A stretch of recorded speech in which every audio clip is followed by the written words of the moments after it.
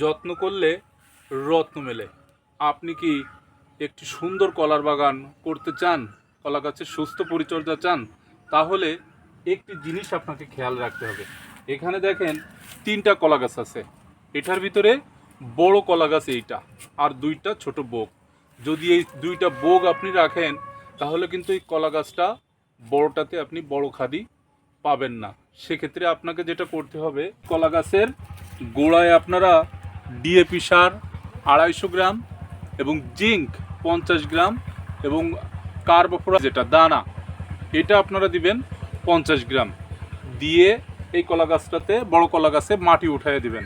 দেখবেন বড় কলা গাছে বড় খাদি হবে, সুস্থ থাকবে এবং এই যে চারাটা, এটা দিয়ে আপনি আবার নতুন বাগান করতে পারবেন।